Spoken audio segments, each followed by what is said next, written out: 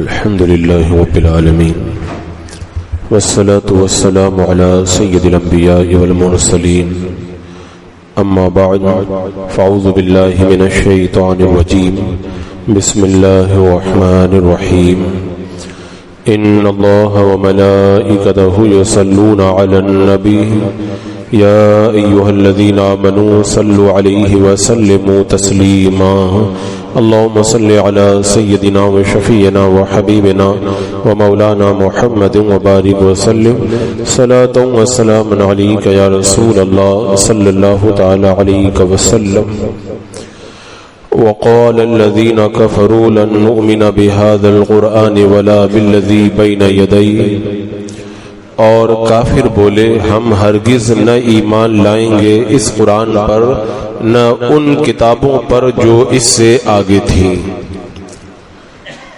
کافر ڈٹ کر کے قرآن مقدس کا بھی انکار کرتے تھے اور اس سے پہلے والی کتابیں یعنی توریت وغیرہ کا بھی انکار کرتے تھے۔ اب جو آدمی دلیل سے مانتا ہے اس کے سامنے دلیل پیش کی جاتی ہے اور وہ دلیل دیتا ہے تو اس کی دلیل کا جواب دیا جاتا ہے، مگر جو لوگ دلیل کا نام بھی نہیں لیتے، ضد اور ہٹ دھرمی پر اتر آتے ہیں، ان کا کوئی علاج نہیں ہوا کرتا ہے۔ تو یہ لوگ ضد اور ہٹ دھرمی پہ اترے ہوئے تھے، یہ کہا کرتے تھے کہ ہم نہ تو قرآن پہ ایمان لائیں گے اور قرآن سے پہلے والی کتابوں پر بھی ہم لوگ ایمان نہیں لائیں گے۔ اب ان کے پاس کوئی دلیل تھی نہیں، ایک ضد تھی، ہٹ دھرمی تھی جس کا یہ لوگ اعتراف اور اقرار کرتے تھے۔ تو جو آدمی دلیل سے نہ مانے اس کا علاج کیا ہے؟ تو پھر اس کا علاج آگے اللہ تبارک و تعالیٰ نے بیان فرمایا، وَلَوْ تَرَى إِذِ الظَّالِمُونَ مَوْقُوفُونَ عِنْدَ رَبِّهِمْ، اور کسی طرح تو دیکھے جب ظالم اپنے رب کے پاس کھڑے کیے جائیں گے۔ یہ جو آج نہیں مان رہے نا، اب ان کا علاج قیامت کا دن ہے۔ قیامت کے دن ان کا سارا خمار اتر جائے گا۔ جب اللہ کی بارگاہ میں یہ پکڑ کر کے لے جائیں گے ان کو، تو ان کا سارا خمار اتر جائے گا۔ آج کفار بڑے غرور سے قرآن پر ایمان لانے کا انکار کر رہے ہیں اور اپنی اس بے وقوفی کو دانش مندی سمجھ رہے ہیں۔ تو فرمایا گیا کہ قیامت کے دن جب یہ قبروں سے نکال کر اللہ تبارک و تعالیٰ کی بارگاہ میں پیش کیے جائیں گے تو ان کی حالت دیکھنے کے لائق ہوگی۔ سارا غرور اور سارا ان کا خمار اتر جائے گا اور بالکل ایک دم اس طرح سے مسکین صورت بنا لیں گے، اور جب غضب الہی کے بھڑکتے ہوئے شعلے دیکھیں گے تو اس کے بعد میں تو الگ ہی حالت بن جائے گی، پھر تو آپس ہی میں بحث شروع کر دیں گے۔ اللہ تعالیٰ فرماتا ہے یرجع بعضهم الى بعض القول، ان میں ایک دوسرے پر بات ڈالے گا، یعنی ایک دوسرے کو مورد الزام ٹھہرائے گا۔ وہ کہے گا تو نے مجھ کو بہکایا، وہ کہے گا تو نے مجھ کو بہکایا۔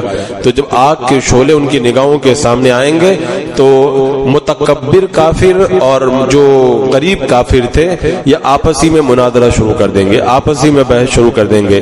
وہ کہے گا تو نے مجھ کو برباد کیا، وہ کہے گا میں نے نہیں برباد کیا، تو خود برباد ہوا۔ تو ان کی جو آپس میں بحث ہوگی، اللہ تبارک و تعالیٰ نے اس بحث کو یہاں پر بیان فرمایا۔ ان آیتوں کو پڑھیں اور پھر دیکھیں کیسے کیا حال ہوگا اس دن کافروں کا۔ اللہ تعالیٰ ارشاد فرماتا ہے کہ اس دن ایک دوسرے پر بات ڈالیں گے، یعنی ایک دوسرے کو مورد الزام قرار دیں گے، اور کیا کہیں گے؟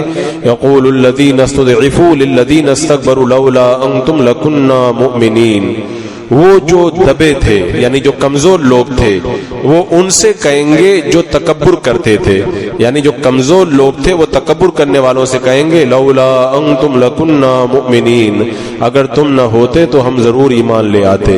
یعنی اس دن وہ کہیں گے کہ تمہاری وجہ سے جو ہے وہ ہم لوگ برباد ہو گئے، اگر تم نہیں ہوتے نا تو پھر ہم لوگ ایمان لے آتے۔ معاشرے میں دو طرح کے لوگ ہوتے ہیں، ایک امیر طبقہ اور ایک غریب طبقہ، اور زیادہ تر ہوتا یہی ہے کہ غریب لوگ امیروں کے پیچھے پیچھے چلتے ہیں اور ان بڑے لوگوں کی پیروی کرتے ہوئے جو وہ کہتے ہیں ان کی ہاں میں ہاں ملاتے ہیں۔ تو دنیا میں تو یہ سب چل رہا ہے، لیکن قیامت میں معاملہ الٹا ہو جائے گا۔ یہاں پہ تو جو بیچارہ دبا کچلا بندہ ہے وہ بڑے لوگوں کے سامنے آواز بھی نہیں اٹھا پاتا ہے، بول بھی نہیں پاتا ہے، لیکن قیامت میں جب عذاب کے شعلے نگاہوں کے سامنے آئیں گے تو یہی غریب ان کو پھر ان سے لڑائی شروع کر دیں گے۔ تو اللہ تعالیٰ نے یہاں پر کتنے شاندار انداز میں اس چیز کو بیان فرمایا کہ کمزور اور ضعیف لوگ کہیں گے اے سرداروں تم رات دن اسلام کے خلاف سازشیں کرتے تھے، کبھی قرآن کی کسی آیت پر اعتراض کرتے تھے. آج جگہ جگہ آیتیں ڈھونڈ کے نکال کے لاتے نا. قرآن کے اندر اس آیت میں کہا گیا ہے کہ کافروں کو مارو، اس آیت میں کہا گیا ہے کہ عورتوں کا کوئی مقام نہیں. اس طرح سے ڈھونڈ کر کے اسلام کے خلاف آیتیں نکال کر کے لاتے ہیں، اور یہ گرو گھنٹال اپنے چھوٹے لوگوں کو بھڑکاتے ہیں، اور پھر یہ چھوٹے لوگ جوش میں آتے ہیں، مسلمانوں پہ ظلم کرتے ہیں، دنگا و فساد مچاتے ہیں، اور وہ اپنے محلوں میں بیٹھ کر کے عیاشی کرتے ہیں اور غریبوں کو میدان میں اترا کر کے مسلمانوں کے خلاف بھڑکا دیتے ہیں. تو قیامت کے میدان میں کہیں گے کہ تم کبھی قرآن کی آیت پر اعتراض کرتے تھے، کبھی صاحب قرآن پر ففتیاں کستے تھے، کبھی مسلمانوں کی خستہ علی کا مذاق اڑاتے تھے. بولے دیکھو یہ غریب آدمی یہ کیا حق پر ہو سکتے ہیں. اور ہمیں بار بار تم یقین دلاتے تھے کہ ہم جس راستے پر چل رہے ہیں نا وہی راستہ صحیح ہے. اور اگر کوئی کچھ بات کہتا تھا تو وہ کہتے تھے دیکھو دائیں بائیں دیکھنے کی ضرورت نہیں ہے، ہم نے بالکل کھنگال کر کے دیکھ لیا ہے، ہمارا دین ہی سچا دین ہے. تو بولے ہم آنکھیں بند کر کے تمہارے پیچھے چل رہے تھے، ہم آنکھیں بند کر کے تمہارے پیچھے چل رہے تھے. تو تم اگر مسلمانوں کے خلاف ہم کو نہیں بھڑکاتے نا تو پھر ہمارا یہ حال نہیں ہوتا، ہم بھی کلمہ پڑھ کے مسلمان ہو جاتے. اب ان سے بھیڑ جائیں گے، وہ کمزور لوگ ان کے بڑے لوگوں سے بھیڑ جائیں گے.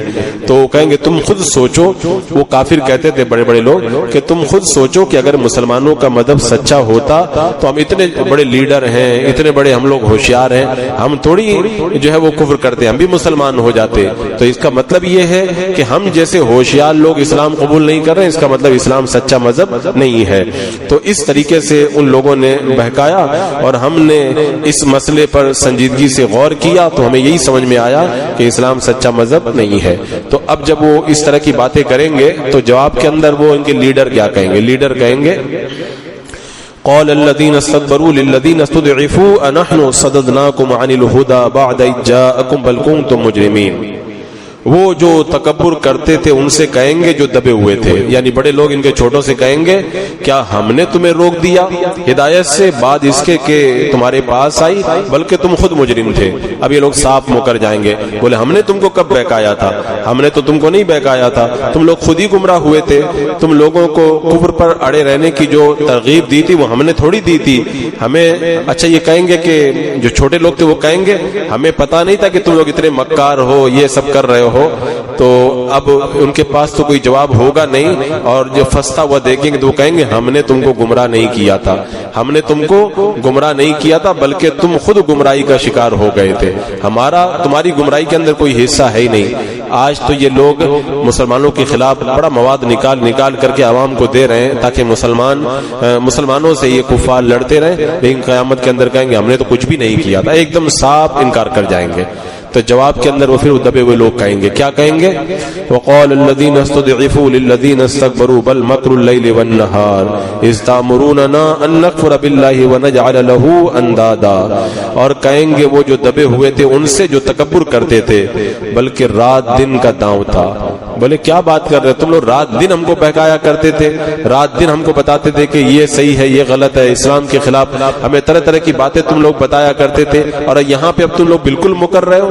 وہ کہیں گے استامروننا ان نکفر باللہ، اور تم ہمیں حکم دیتے تھے کہ اللہ کا انکار کریں اور اس کے برابر ٹھہرائیں، یعنی یہاں پہ کہتے تھے کہ یہ نعرہ لگاؤ یہ نعرہ لگاؤ، کوئی اللہ اکبر کہتا ہے تو اس کو مارو، موب لنچنگ کرو. اس طرح کی باتیں دنیا کے اندر تو تم لوگ کرتے تھے اور کہتے تھے نہیں سب غلط ہے، ہم لوگ جو دین تم کو بتا رہے ہیں وہی دین صحیح ہے، اور اب تم بالکل مکر رہے ہو. وَأَسَرُّ النَّدَامَةَ لَمَّا رَأَوُا الْعَذَابَ، اور دل میں پچھتانے لگیں گے جب عذاب دیکھا. دل میں اب سوچیں گے اب تو معاملہ بالکل خراب ہو گیا. کون پچھتائے گا؟ جو تکبر کرتے تھے دنیا میں وہ بھی پچھتائیں گے، اور ان کے پیچھے چلتے تھے وہ بھی پچھتائیں گے، اور ان کو معلوم ہوگا کہ اب تو عذاب سامنے آ گیا ہے اور اب بچنے کی کوئی راہ نہیں ہے. اور آخر میں یہ بات واضح کر دی گئی کہ ہر شخص کو ارادہ اور اختیار دیا گیا ہے، ہر بندہ غور کرے کیا صحیح ہے کیا غلط ہے. قیامت کے دن یہ بہانہ نہیں چلے گا کہ ہم کو بڑوں نے بہکا دیا تھا، ہم لوگ سمجھ نہیں پائے تھے. اگر کوئی نادان کسی کو خوش کرنے کرنے کے لیے اللہ کی دی ہوئی صلاحیتوں سے فائدہ نہ اٹھائے اور گمراہی اختیار کر لے تو اس کو سن لینا چاہیے. قیامت کے دن اس کا عذر نہیں قبول ہوگا. یہ نہیں سنا جائے گا کہ میں تو مجبور ہو گیا تھا. ہمارے بڑے لوگ کہتے تھے میں تو پیچھے پیچھے چلنے لگ گیا تھا. ان سے کہا جا رہا سن لو, جیسا کرو گے ویسا بھرو گے, جیسی کرنی ویسی بننی, جو بو گے وہی کاٹو گے. اور طبقہ عمرہ کا طریقہ ہمیشہ سے ہی رہا ہے, مالدار لوگوں کا طریقہ ہمیشہ سے یہی رہا ہے کہ ان کے پاس زندگی کے چونکہ سارے سامان ہوتے ہیں, روپے پیسے کی ریل پیل ہوتی ہے اور لوگ ان کی تعظیم کے لیے کھڑے ہوتے ہیں. اب ان کو پتا ہے کہ اگر غریبوں پہ ظلم ہو رہا ہے تو ہمارا کیا بگڑ رہا ہے, اگر کسی کی آبرو لوٹ رہی ہے تو ہمارا کیا بگڑ رہا ہے, اگر کوئی کسی کا مذاق بنا رہا ہے تو اس میں ہمارا کیا بگڑ رہا ہے. تو وہ لوگ کبھی بھی اس طرح کی باتوں میں توجہ نہیں دیتے.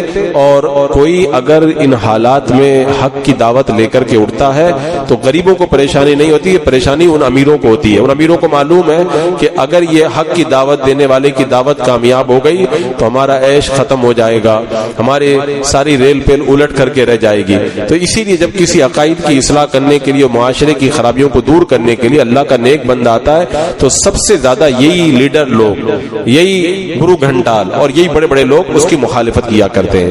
تو یہاں پہ فرما دیا گیا کہ وہ جب عذاب دیکھیں گے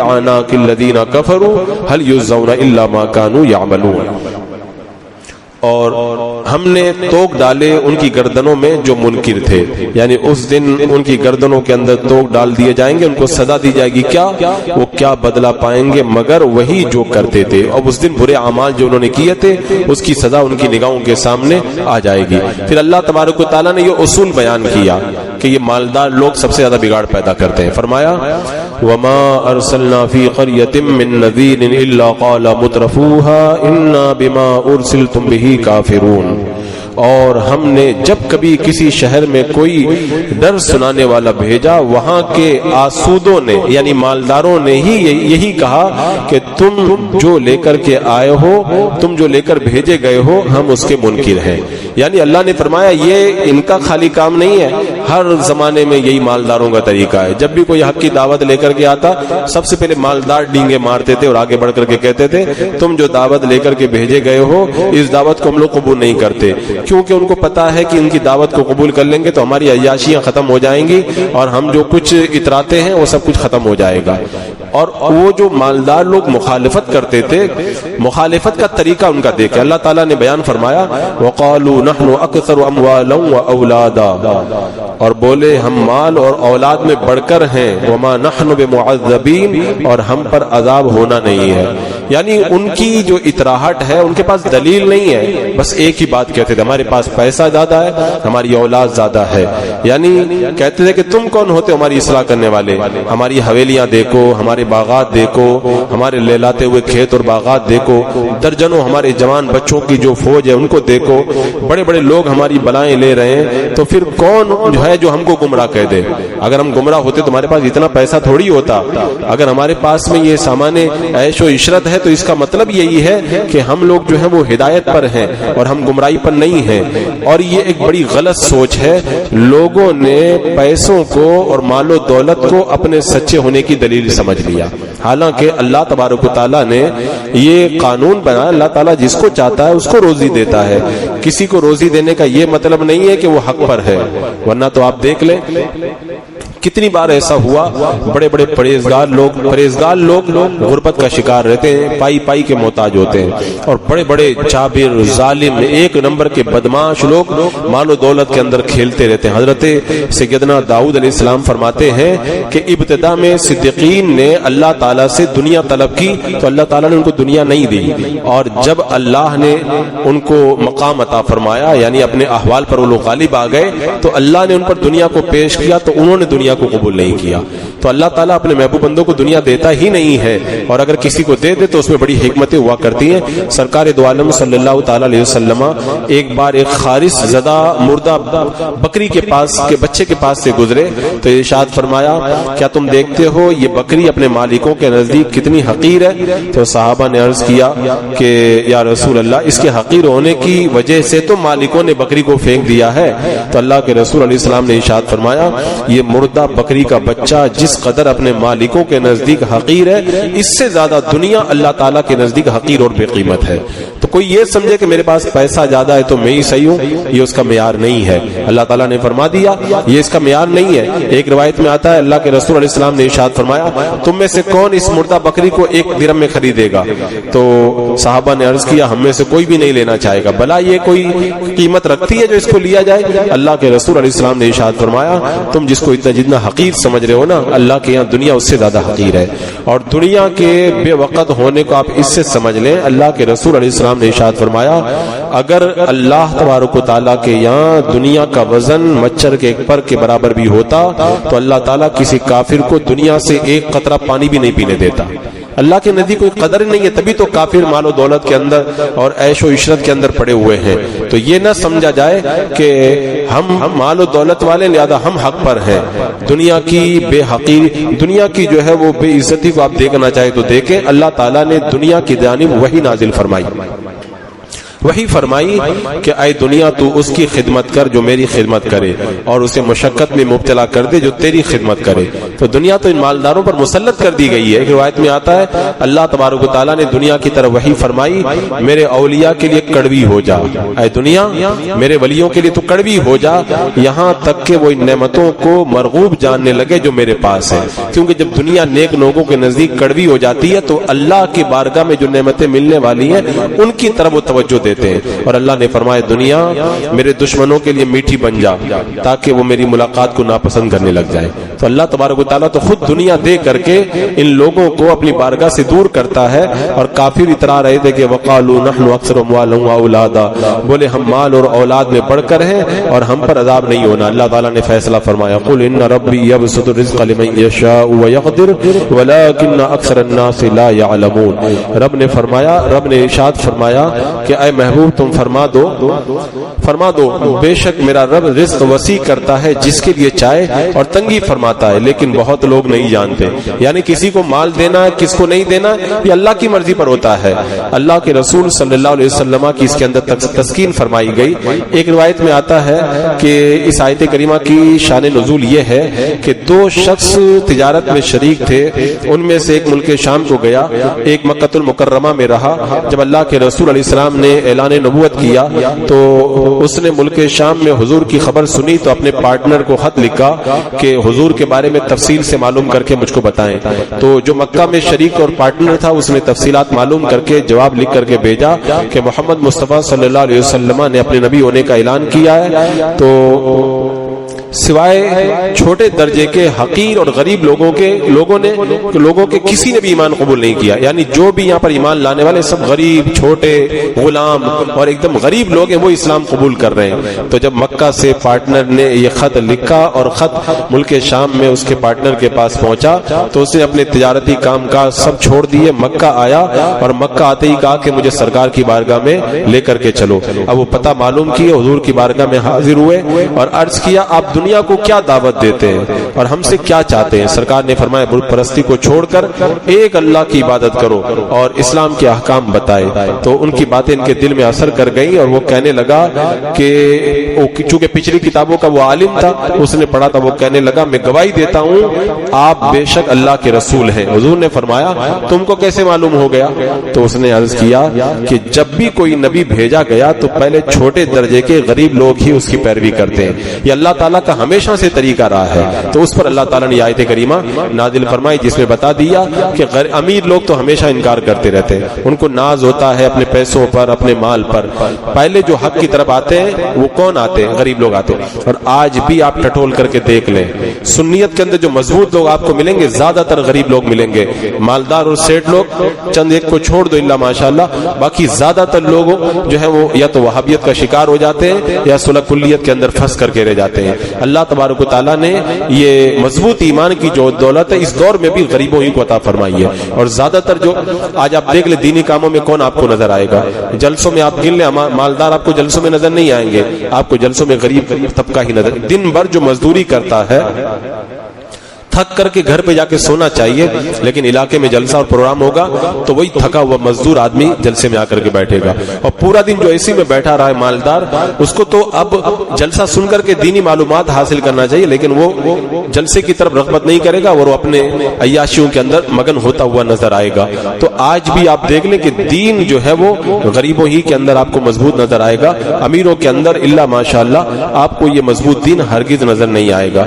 ہر دور کا یہی طریقہ رہا، اور اسی دستور کو اللہ تبارک و تعالیٰ نے اس آیت کریمہ کے اندر بیان فرما دیا، اور یہاں پہ بتا دیا کہ اللہ تبارک و تعالیٰ جس کے لیے چاہتا ہے اس کے لیے رزق کو تنگ کر دیتا ہے۔ یہ مت سمجھ لینا کہ اللہ کسی کو روزی نہ دے تو اللہ اس سے ناراض ہے، کبھی اللہ گنہگار پر دنیا وسیع کر دیتا ہے اور کبھی فرمانبردار پر تنگی بھی کر دیتا ہے۔ کتنے اللہ کے نبی ایسے گزرے ہیں جو مالی اعتبار سے جو ہے وہ دوسرے لوگوں سے کم تھے، تو اللہ تبارک و تعالیٰ کی بارگاہ میں نبی کا مرتبہ تو بڑا بلند ہوتا ہے، اور رب نے آخر میں فرمایا وَلَٰكِنَّ أَكْثَرَ النَّاسِ لَا يَعْلَمُونَ، بہت لوگ نہیں جانتے ہیں۔ آج بھی لوگ ڈینگے مارتے ہیں، بولے دیکھو وہابیوں کے پاس اتنا پیسہ ہے، دیوبندیوں کے پاس اتنا پیسہ ہے، ان کو پتہ ہی نہیں ہے ہر دور میں کافروں کے پاس پیسہ رہا ہے۔ اور ایسا نہیں ہے کہ آج مسلمانوں کو جو معاشی بائیکاٹ کیا جا رہا ہے اس لیے مسلمان کمزور ہیں۔ مغلوں کا جب دور تھا ہندوستان کے اندر، مسلمانوں کی حکومت تھی سینکڑوں سال تک، تو لوگ تو یہی سمجھتے ہوں گے جب مغلوں کی حکومت تھی تو ہندوستان کے اندر بڑا پیسہ ہوگا مسلمانوں کے پاس میں، بڑے بڑے نواب تھے، بڑے بڑے اربوں کھربوں پتی لوگ موجود تھے۔ لیکن آپ تحریر پڑھ کے دیکھیں، اعلیٰ حضرت رضی اللہ تعالیٰ عنہ کے نے اپنے دور کے بارے میں لکھا ہے کہ آج مسلمانوں میں مالدار ہیں کتنے، گنتی کے لوگ مالدار ہیں، زیادہ تر مالدار تو ہندو ہیں۔ تو جب اس دور کے اندر جب یہ حال تھا تو اس سے آپ اندازہ لگا لیں کہ اللہ تبارک و تعالیٰ اپنے پیاروں کو مال و دولت سے ہمیشہ ایک حدیث پاک میں فرمایا گیا جیسے لوگ اپنے مریض کو پانی سے بچاتے ہیں نا، ایسے اللہ تبارک و تعالیٰ اپنے نیک بندوں کو مال و دولت سے بچاتا ہے۔ تو اس آیت کریمہ میں زبردست طریقے سے ان کا رد کر دیا گیا کہ مال و دولت کی ریل پیل کو کبھی بھی حقانیت کی دلیل مت سمجھنا۔ مال تو فرعون کو بھی مل جاتا ہے، نمرود، شداد اور حامان کو بھی مل جاتا ہے، دلیل اور معیار جو حقانیت کا ہے وہ قرآن و سنت کی روشنی کے اندر پرکھنا چاہیے۔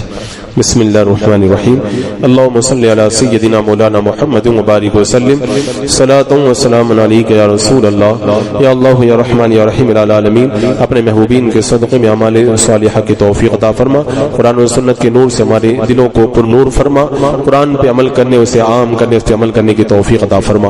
ربنا تقبل منا انک انت السمیع العلیم وتب علینا انک انت التواب الرحیم۔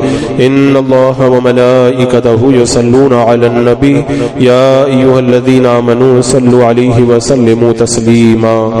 اللهم صل علی سیدنا وشفیعنا وحبیبنا ومولانا محمد مبارک وسلم، صلاۃ و سلام علیک یا رسول اللہ۔ سبحان ربک رب العزۃ عما یصفون وسلام علی المرسلین والحمد للہ۔